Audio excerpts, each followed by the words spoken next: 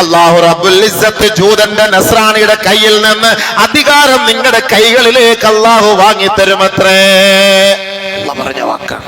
അല്ലാഹു വാങ്ങിത്തരുമെന്ന് നമ്മൾ പേടിക്കണ്ടെന്നാ പറയുന്നത്. ഡിമാൻഡ് ഉണ്ട്, വെറുതെ അല്ല.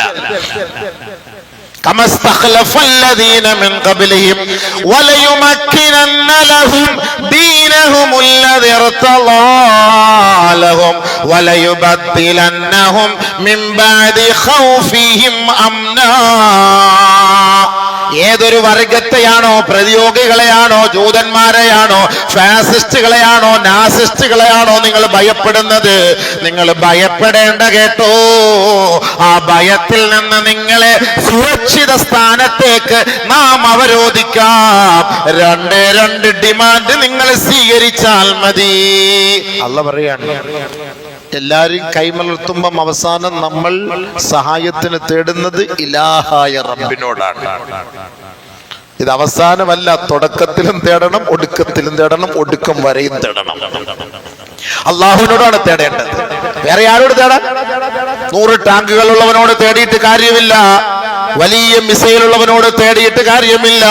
ഇതിന്റെ മുഴുവൻ കാര്യങ്ങളെ ഒപ്പിയെടുക്കുന്ന ലാ തഅഖുദുഹു സിനത്തുൻ വലാ നൗം, ഉറക്കമോ ഒരു കേവലം ഒരു അശ്രദ്ധ പോലും ബാധിക്കാത്ത ജഗത്തിന്റെ ഉടമസ്ഥനായ നാഥൻ, ആ പടച്ച തമ്പുരാനെ സ്വാധീനിക്കാൻ നമ്മൾ തയ്യാറായാൽ അവന്റെ കൈകളിൽ നിന്ന് അധികാരം നമ്മളിലേക്ക് അല്ലാഹു വാങ്ങിത്തരുമത്രേ.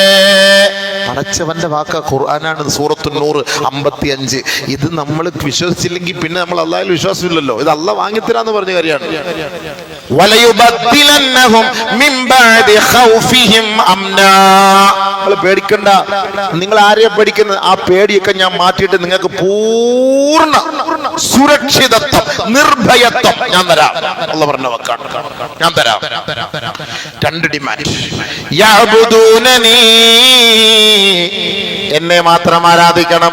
ലാ യുശ്രികൂന ബി ശൈആ, എനിക്കെതിരെ ഒരു നിലയ്ക്കും മറ്റൊരു വസ്തുവിനെ നീ ചിന്തിക്കുക പോലും വരുത്. ഞാനല്ലാതെ ഒരു ഇലാഹുണ്ടെന്നുള്ളൊരു ചിന്ത പോലും നിന്റെ ജീവിതത്തിന്റെ ഒരു മേഖലയിൽ പോലും നീ ചിന്തിച്ചു പോകാൻ പാടില്ല. അള്ളാഹു പറയാണ്, എന്നെ ആരാധിച്ച് സ്വാലിഹായ അമൽ ചെയ്യാൻ നീ തയ്യാറുണ്ടോ എങ്കിൽ ഞാൻ നിന്നെ സഹായിക്കാം. അല്ലാഹു പറഞ്ഞ വാക്കാണ്, അല്ലാഹു പറഞ്ഞ വാക്കാണ്. ഇതിനപ്പുറത്ത് നമുക്ക് ലോകത്ത് ഒരു യജമാനനില്ല, ഒരു യജമാനനില്ല. ഞൊടിയിടയിൽ കാര്യങ്ങൾ നടത്തുന്ന പടച്ച തമ്പുരാനാണ് ഈ പറഞ്ഞ വാക്ക്. ഈ പറഞ്ഞ വാക്ക് അത് സഹാബാക്കൾ ഏറ്റെടുത്തു. ആ വാക്ക് സഹാബാക്കൾ നബിതങ്ങളുടെ പിന്നിൽ അണിനിരന്നുകൊണ്ട് സഹാബാക്കൾ ഏറ്റെടുത്ത അതേ വാക്കുകൾ പ്രാബല്യത്തിൽ കൊണ്ടുവന്നു. നബിതങ്ങൾ എന്തെല്ലാം അവരുടെ ജീവിതത്തിൽ പറഞ്ഞു കൊടുത്തിട്ടുണ്ടോ അത് മുഴുവനും യാഥാർത്ഥ്യമാണെന്ന് സഹാബാക്കൾ നേരിൽ മനസ്സിലാക്കി, നേരിൽ കണ്ടു മനസ്സിലാക്കി. ഇന്ന് നടക്കുന്ന ഈ പശ്ചിമേഷ്യൻ സംഘർഷങ്ങളെല്ലാം ആ കാലഘട്ടത്തിൽ അള്ളാഹുവിന്റെ റസൂല് പറഞ്ഞത് സഹാബാക്കൾ ഓരോന്നുമായി നബിതങ്ങളുടെ കാലശേഷം എടുത്ത് പറയുകയുണ്ടായി. ആദരവായ റസൂലുള്ളാഹി തങ്ങളുടെ സന്തത സഹചാരിയായ അബ്ദുല്ലാഹി ഇബ്നു മസ്ഊദ് റളിയല്ലാഹു തആല അൻഹു ഒരിക്കൽ അദ്ദേഹം പറയുകയാണ്, ഇന്ന സാഅത ലാ തഖൂമു ഹത്താ ലാ യുഖ്സമ മീറാത്ത് വലാ യുഫറഹ ബിഗനീമതിഹി. ഒരു കാലം വരും സഹാബത്തെ, അന്ന് സമ്പത്ത് കുന്നുകൂടുന്ന കാലഘട്ടമായിരിക്കും. അന്ന് യുദ്ധമുതലുകളെല്ലാം നമ്മുടെ മുന്നിൽ കൂവനമായി കിടക്കുമ്പോൾ, കൂട്ടം കൂടി കിടക്കുമ്പോ മല പോലെ കിടന്നാലും അതാർക്കും അന്നത്തെ കാലഘട്ടത്തിൽ വേണ്ടാത്ത ഒരു കാലമുണ്ടാകും. അങ്ങനെ ഒരു കാലം വരാതെ ലോകം അസ്തമിക്കില്ല കേട്ടോ.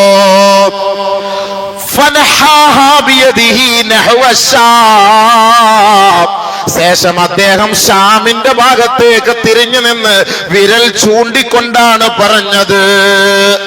ഷാം എന്ന് പറയുന്ന ഇന്നത്തെ ഫലസ്തീനിന്റെ ഭാഗത്തേക്ക്, ഗസയുടെ ഭാഗത്തേക്ക് ബഹുമാനപ്പെട്ട അബ്ദുല്ലാഹി ഇബ്നു മസ്ഊദ് വിരൽ ചൂണ്ടിയിട്ട് പറയുകയാണ്, യുജ്മഉ ലഅദുൻ യജ്മഉ ലഹുമുൽ ഇസ്ലാം. അവിടുന്ന് ഒരു വിഭാഗം ഇസ്ലാമിനെ തകർക്കാനുള്ള ഒരു സംഘം ഉയർത്തെഴുന്നേൽക്കും കേട്ടോ. ഇസ്ലാമിനെ തകർക്കാൻ ഒരു വിഭാഗം അവിടെ നിന്നുണ്ടാവുന്നു. ഷാം, ഈ ഇന്ന് നടക്കുന്ന ആ ഇസ്രായേലിന്റെ ഭാഗത്ത് നിന്നുണ്ടാകുന്നു. ബഹുമാനപ്പെട്ട അബ്ദുല്ലാഹി ഇബ്നു മസ്ഊദ് റളിയല്ലാഹു തആല എന്ന് പറയാണ്, വയജ്മഉ ലഹും അഹ്ലുൽ ഇസ്ലാം, അവർക്കെതിരെ ഇസ്ലാമിന്റെ ചുണക്കുട്ടികളും അണിനിരക്കുന്ന ഒരു കാലം വരും കേട്ടോ. ഉടനെ അടുത്തിരുന്ന സഹാബാക്കൾ ചോദിക്കുകയായി, എവിടെ നിന്നാണ് ആ ഷാമിന്റെ ഭാഗത്തേക്ക് ഇസ്ലാമിനെ തകർക്കാൻ വരുന്നത്? തഅനി, നിങ്ങൾ ഉദ്ദേശിച്ചത് അർ-റോം, റോമക്കാരെ കുറിച്ചാണോ? അതായത് ഇന്നത്തെ കാലത്തില് ബ്രിട്ടീഷുകാര്, അമേരിക്കക്കാരെ കുറിച്ചാണോ? ഖാല ഇബ്നു മസ്ഊദ് റളിയല്ലാഹു തആല അൻഹു, അദ്ദേഹം പറഞ്ഞു, അതെ, നഅം, ഇസ്ലാമിനെ കൊല്ലാൻ ബ്രിട്ടീഷും അമേരിക്കയും കൂട്ടു നിൽക്കുന്നു. ഇന്നല്ല ഇത് പറഞ്ഞത്, ഇന്നല്ല ഇത് പറഞ്ഞത്, ഇത് പറഞ്ഞിട്ട് വർഷങ്ങളായി. ബഹുമാനപ്പെട്ട ഇബ്നു മസ്ഊദ് റളിയല്ലാഹു തആല എന്ന് പറയാണ്, വതകൂനുൽ ഖിതാലു റദ്മതൻ ശദീദാ, കൊടുമ്പിരി കൊള്ളുന്ന യുദ്ധമായിരിക്കും അന്ന് നടക്കുക കേട്ടോ. അങ്ങോട്ടും ഇങ്ങോട്ടും ഭയങ്കരമായ ഫൈറ്റ് ആയിരിക്കും അന്ന് നടക്കുക. ബഹുമാനപ്പെട്ട അബ്ദുല്ലാഹി ഇബ്നു മസ്ഊദ് റളിയല്ലാഹു തആല പറഞ്ഞ വാക്കാണ്. ബഹുമാനമുള്ള സഹോദരങ്ങളെ, ബഹുമാനപ്പെട്ട അബ്ദുല്ലാഹി ഇബ്നു മസ്ഊദ് റളിയല്ലാഹു തആല അൻഹു പറഞ്ഞ ഒരു കാലഘട്ടമാണോ ഇന്ന് എന്ന് നമ്മൾ ചിന്തിച്ചു പോവുകയാണ്. അടയാളങ്ങളൊക്കെ പരിശോധിച്ചു നോക്കുമ്പോ ഒരുപക്ഷെ അതിന്റെയൊക്കെ സൂചനകളായിരിക്കും നമ്മൾ കാണുന്നത്.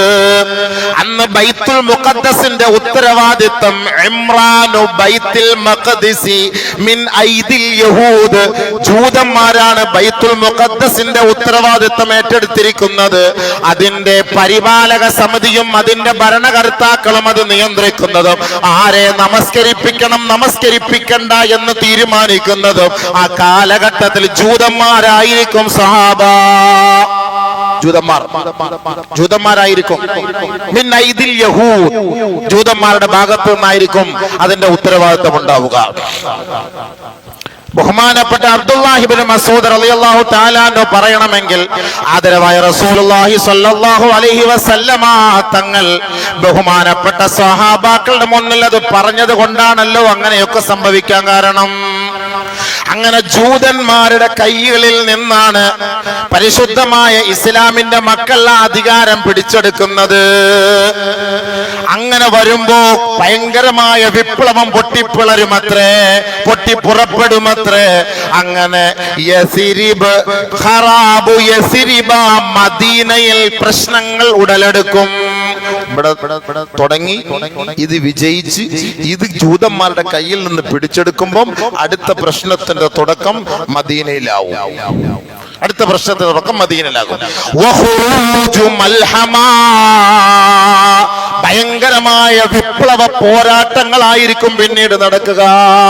മൽഹമ എന്ന് പറഞ്ഞാൽ ഇറച്ചി കച്ചവടക്കാരത്തെ കുറിച്ച് പറയുന്ന കാര്യമാണ്. മൽഹമ, ഇറച്ചി കഷണിച്ച് കൊടുക്കപ്പെടുന്ന സ്ഥലം എന്ന് പറഞ്ഞാൽ അതേപോലെ തുണ്ടമായി വെട്ടി മുറിച്ച് കഷണങ്ങളാക്കപ്പെടുന്ന യുദ്ധം, ഭയങ്കരമായ യുദ്ധം, കൊടുമ്പിരി കൊള്ളുന്ന യുദ്ധം. ഈ സമയത്താണ് ദജ്ജാല് പുറപ്പെട്ടു വരുന്നത്. ദജ്ജാലിന്റെ വരവ് ആ സമയത്താണ് സംഭവിക്കുന്നത്.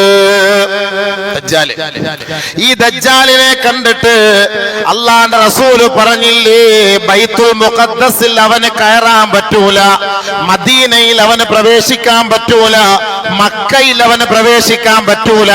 ഇത് മനസ്സിലാക്കിയിട്ട് അന്ന് കാലം വരെ മുസ്ലിമിന്റെ പേരും അണിഞ്ഞുകൊണ്ട് ജീവിച്ചിരുന്ന അഹങ്കാരികളായ ഭരണകർത്താക്കളടക്കമുള്ള മുനാഫിഖീങ്ങള് ഈ ദജ്ജാലിനെ ഭയപ്പെട്ടിട്ട് പരിശുദ്ധമായ മദീനയിലേക്ക് അവര് താവളം മാറ്റി ഒളിച്ചോടി മദീനയുടെ മണ്ണിൽ പോയി അവര് താമസിക്കുമത്രേ.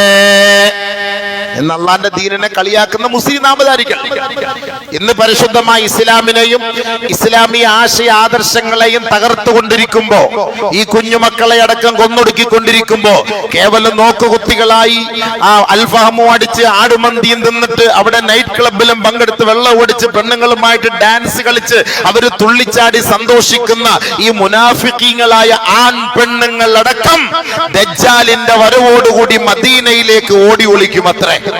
കാരണം ദജ്ജാലിനെ പേടിച്ചിട്ട്. ദജ്ജാല് മദീനയിൽ കയറൂല.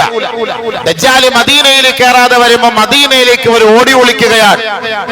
അല്ലാഹു റബ്ബുൽ ഇസ്സത്ത് ഇവനേക്കാൾ ബുദ്ധിയുള്ളവനല്ലേ അഹ്കമുൽ ഹാക്കിമായ പടച്ച തമ്പുരാൻ. ഫഇന്നഹാ തർജുഫു ബിഅഹ്ലിഹാ സലാസ റജഫാത്ത്. ഈ മുനാഫിക്കീങ്ങളായ നാമധാരികളായ മുസ്ലിമീങ്ങൾ മദീനയിൽ ഏതെല്ലാം മാളങ്ങളിലും ഒളിച്ചിരിക്കുന്നുണ്ടോ അല്ലാഹു റബ്ബുൽ ഇസ്സത്ത് ആ വിഭാഗത്തെ കൊണ്ട് മദീനയെ ഒന്ന് കുലുക്കുമത്രേ. കുലുക്കും. നീ അങ്ങനെ കയറി സൂഹിക്കണ്ട. ഇത്ര നാളെ അള്ളാഹ് ഇല്ല, ഇബാദത്തില്ല, റസൂലില്ല, ദീനില്ല, ഈമാനില്ല. ഇപ്പൊ ദജ്ജാൽ വന്നപ്പോ അവന്റെ പിടിയിൽ നിന്ന് രക്ഷപ്പെടാൻ വേണ്ടിട്ട് നീ മദീനയിൽ വന്ന് ഒളിച്ചിരിക്കാൻ നീ ശ്രമിക്കുന്നോ? ഇല്ല. അള്ളാഹുവിന്റെ റസൂല് പറയുകയാണ് ഫഇന്നഹാ ബിഅഹ്ലിഹാ തർജുഫു സലാസ റജഫാത്ത്. 3 കുലുക്കം അല്ലാഹു കുലുക്കും.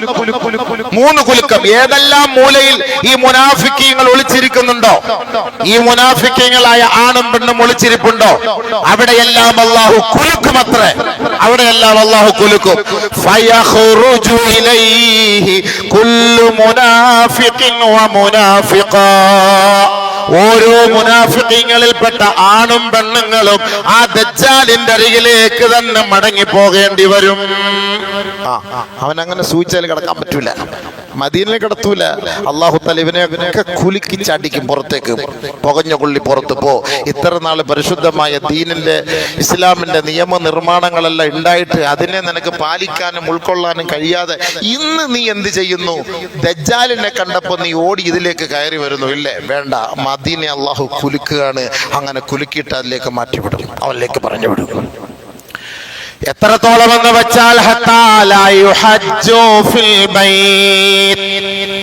അന്ന് പിന്നെ മദീനയിൽ പിന്നെ ഒരാൾക്ക് പോലും പ്രവേശിക്കാനോ മദീനയിൽ ഒരാൾ സിയാറത്തിന് വരാനോ പരിശുദ്ധമായ ഹജ്ജ് കർമ്മം നിർവഹിക്കാനോ ഒരാളും ഉണ്ടാകാത്ത ഒരു വലിയ ഒരു സംഭവമായിരിക്കും ആ കാലഘട്ടത്തിൽ.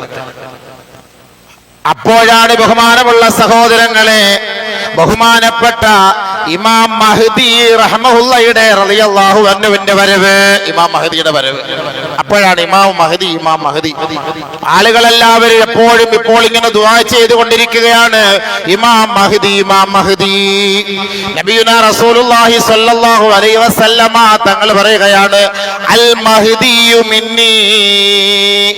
മഹ്ദി എന്ന് പറയുന്നത് എന്റെ ഉമ്മത്തിൽ പെട്ടവരാണ്, എന്റെ കുടുംബത്തിൽ പെട്ടതാണ്. ഔ മിൻ അഹ്ലി ബൈത്തി, എന്റെ അഹ്ലു ബൈത്തിൽ പെട്ട വ്യക്തിയാണ് മഹ്ദി എന്ന് പറയുന്ന ആൾ. എന്റെ കുടുംബത്തിൽപ്പെട്ട ആളാണ്, എന്റെ അഹ്ലു ബൈത്താണ്. നബി സല്ലല്ലാഹു അലൈഹി വസല്ലമ തങ്ങൾ അദ്ദേഹത്തെ വിവരിക്കുകയാണ്, വർണ്ണിക്കുകയാണ്. അജിലൽ ജബ്ഹതി, വിശാലമായ നെറ്റിത്തടമുള്ള വ്യക്തിയാണ്. അഖ്നൽ അൻഫി, നീളമുള്ള മൂക്കാണ്. പറഞ്ഞ വലിയ നീളത്തിലുള്ള മൂക്കെന്നല്ല, ഒരു മുഖ സൗന്ദര്യം, ഒരു ആകാര സൗഷ്ഠവം, അതിനൊക്കെ ഒരു നിയമമുണ്ടല്ലോ, ആ ഒരു സന്തോഷം. യംലഉൽ അർള ഖിസ്തൻ വാദിലാ.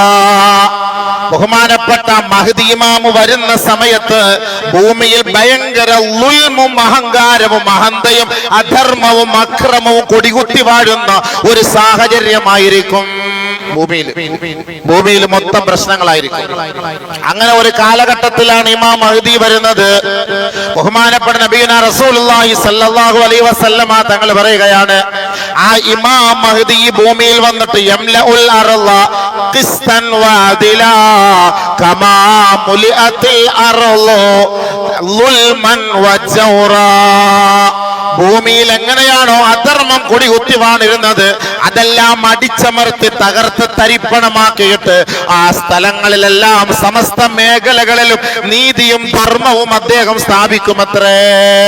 വയംലികു ഫിൽ അർളി സബ്അ സിനീൻ, ഈ ഭൂമിയിൽ അദ്ദേഹം 7 വർഷമാണ് ജീവിക്കുക.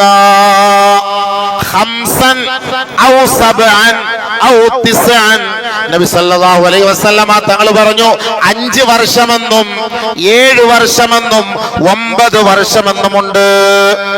അങ്ങനെയാണ് അദ്ദേഹം ഈ ഭൂമിയിൽ ജീവിക്കുന്നത്. നബി സല്ലല്ലാഹു അലൈഹി വസല്ലമ തങ്ങൾ പറഞ്ഞു,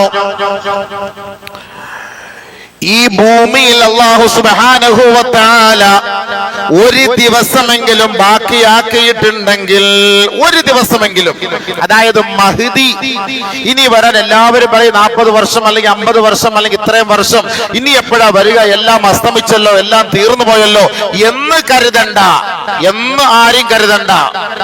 അല്ലാഹു സുബ്ഹാനഹു വ തആല ലൗ ലം യബ്ഖ, ഈ ദുനിയാവിൽ ഇല്ലാ യൗമുൻ വാഹിദുൻ, ഒരു ദിവസമാണ് ബാക്കിയുള്ളതെങ്കിൽ ലതവ്വലല്ലാഹു ദാലികൽ യൗമ, ആ ദിവസത്തെ അല്ലാഹു സുബ്ഹാനഹു വ തആല ദീർഘിപ്പിക്കുമത്രേ. ആ ദിവസത്തെ അല്ലാഹു സുബ്ഹാനഹു വ തആല ദീർഘിപ്പിക്കും. ഒറ്റ ദിവസമായിരിക്കും ബാക്കിയുള്ളത്, ഒരു ദിവസമേ ഉള്ളൂ ഇനി ലോകാവസാനത്തിന്.